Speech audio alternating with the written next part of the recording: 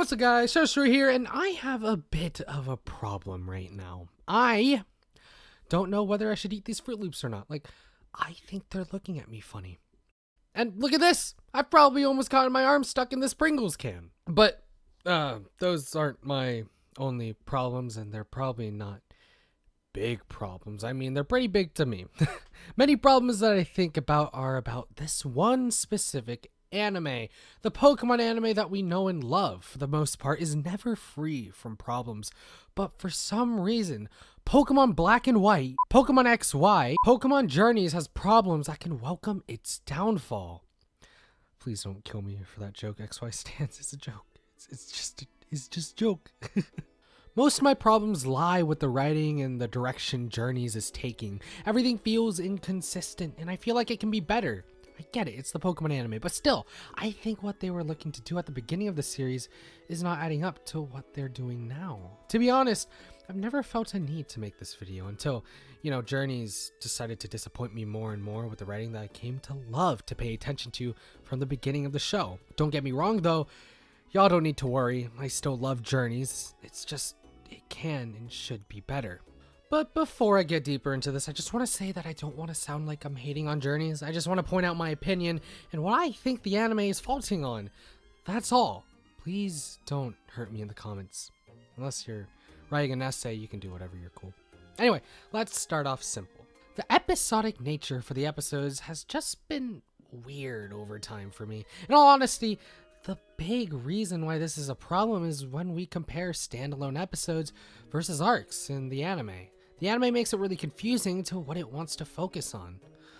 One of the more applicable scenarios I can see this is during the B arc. An example of this problem of inconsistency and pure confusion that this anime can land on us watchers lies in between the beginning and the end of this little arc we had. Though putting the B episodes together, it seemed alright and didn't flow too badly. Everything would have connected for the most part. Ash losing, having some sort of crisis, coming out of that crisis with a plan, then redeeming himself with improvement against B, in this case being a tie. Looking at the picture like that, it wasn't too bad, right? I mean, have you had a crisis like that before? I don't know what to do! But the thing is, what do we get in between these episodes? Episodes that don't matter.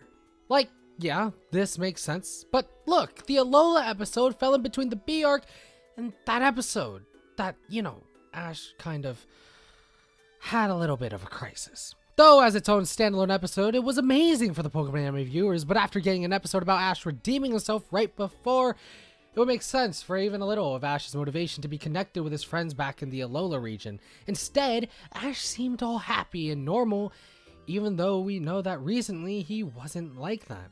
As standalone episodes, every episode is all the same, fun, except for a few oddballs. I'm looking at you, Marshtomp. When putting episodes together though, it feels like nothing adds up. I'll talk about more inconsistencies about the development and Journeys later in the video, but I wanted to point out that even I can see the flaws of the episodic nature of episodes that we get in Journeys.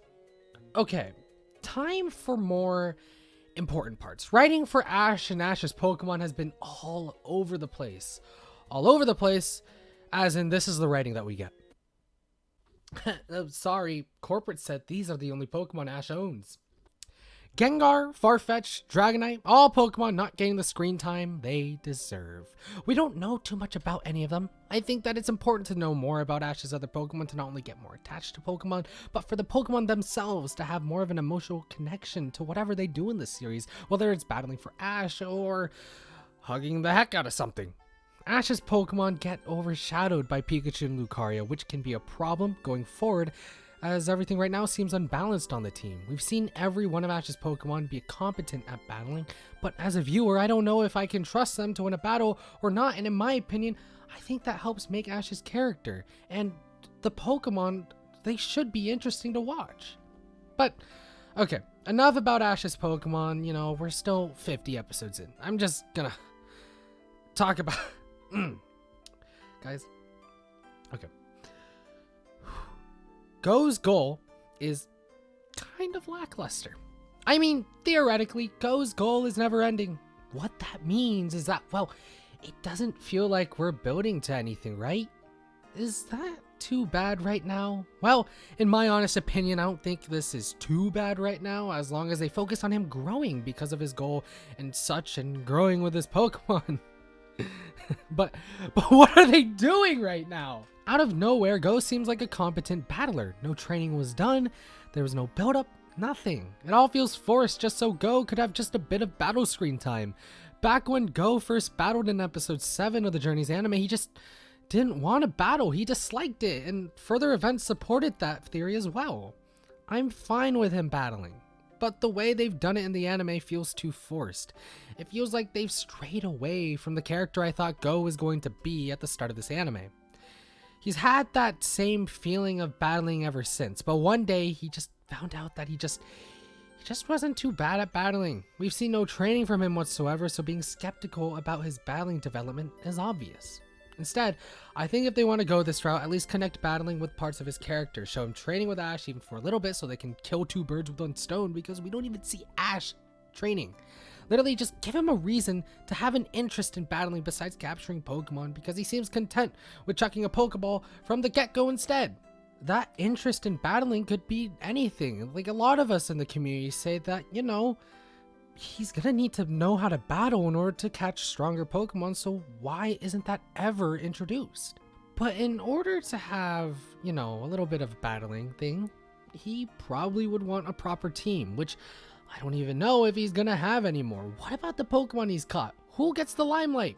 To me, I feel like there's no reason why Pokemon are picked. Besides Cinderace and Sobble, Go's Pokemon are like in a raffle or something. Okay, what's next on the agenda? Oh, episode. Okay. Let's pick what Pokemon is going to be featured for that episode.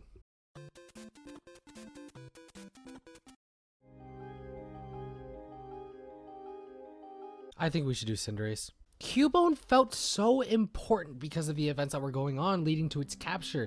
Many people, including myself, were excited to see Cubone wipe the floor with, I don't know, the development in Journeys. We basically haven't seen Cubone again, so that's what you call... Oh yeah, this is wasted potential. Obviously, there are too many Pokemon that Go has caught. Not everyone can get development, but what about Cinderace? When Cinderace gets all the development, it just feels like they're not even trying with it. That's my biggest problem with the anime, honestly. The main Pokemon being Lucario and Cinderace just taking up all the spotlight from anything else in the anime. Heck, even in the Sword and Shield arc, Lucario and Cinderace evolved into their final forms, and to me, it felt like they were taking more of the spotlight than the main part of the episode, Eternatus, and the whole Sword and Shield arc itself. Okay. I don't want to complain anymore. What can they do to at least mend these problems? I have already mentioned stuff about Go's battling, how they could possibly just let parts of his character connect with battling. At least give him a reason to be better at battling than he should be. Give him some training time with Ash. Ash needs a proper training partner after all, and Go could definitely do that. And heck, maybe that's the only reason why Go is a better battler now. None of the notable battles he's been in after episode 7 were actual battles he would have disliked. Minus maybe the Karate King one, but he was still getting a Pokemon for that. Basically, what I'm saying, he needs a reason for his sudden growth of battling to save this. I just think it would be weird if he goes back to not being that great at all. What about Ash's writing though? 100% give Ash's Pokemon more screen time. That's not even a question. Farfetch'd got time in the first B fight, but not the second? Sounds like bias against Farfetch'd. Give them something to work towards to make their growth more enjoyable. Though its episodic nature may make that hard, it still can be done.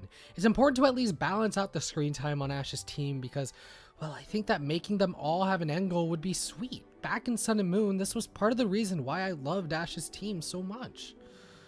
On the topic of Pokemon getting development though, Go's Pokemon need development too. Not all of them, as that would be impossible, but give Go some actual main Pokemon. We thought with the opening, Go would start actually forming a main team, but I don't feel a main team forming at all. Give Go Pokemon that he can feel emotionally attached to, because right now it only feels like that emotional connection goes towards Cinderace and possibly Sobble. And not freaking Cubone! Anyway, in conclusion, I think my biggest problem is the lack of, I guess, balancement? Is that a word? Well, I just want more Pokemon to be developed. Not only will it give us a variety of Pokemon to see, but also it can help flesh out both Ash and Go as characters in journeys, mostly Go, but I can see it benefiting Ash as well. To make it even more basic, I have a problem with how the writing is in journeys. I feel like nothing adds up when they made it seem like it would at the start of the series. I still love this anime, but these things worry me a lot. But okay, those aren't that bad because, well, okay, the box for the cereal says that there would be a variety of colors and flavors, and I really liked this one. But I don't know, the only flavors I'm getting are Sobble and Cinderace.